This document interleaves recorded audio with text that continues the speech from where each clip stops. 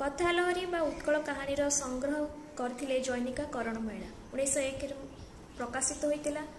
श्री राघवानंद दास थिले एहार प्रकाशक। एथिरे 25टी गल्प रही। सेगुड़िक है कथार लथा, साधव घर बहु कथा, श्वेत बसंत कथा, चंपाचोरी दासीर कथा, काच खंब, मंडा गछ बा गौड़ पुओ, डालिंब कुमर कथा, कलुरी बेंट कथा, अजगर साप कथा, नेउल भाई कथा, अनंता कथा, कंचनवती, टकमक पानी चलती बाजा, पक्षीराज घोड़ा कथा, हलाहल कुमर बा शशिसेना अभिमन्यु कथा, उज्ज्वलवती कन्यार कथा, मौनावती कथा, सुना फूल कथा, पानस्वरी कथा, कलाराजन कथा, बाबाजी कथा, चमारुणी झील कथा, साधबोहू लीलावतीर कथा, अँला कंढई कथा और बुद्धिमती साधव झीर कथा।